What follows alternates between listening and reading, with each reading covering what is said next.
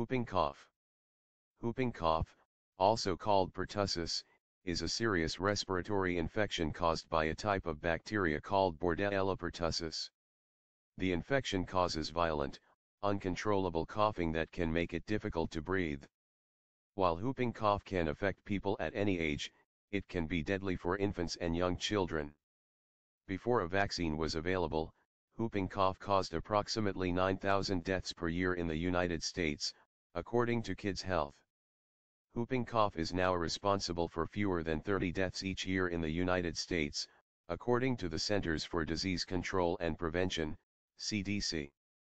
The CDC says the total number of cases of pertussis in 2014 was just under 33,000. Whooping cough symptoms.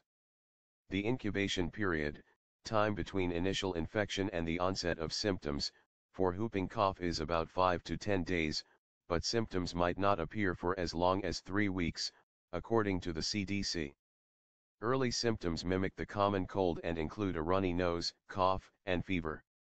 Within 2 weeks, a dry and persistent cough develops that makes breathing very difficult. Infants and children often make a whoop sound when they try to take a breath after coughing spells.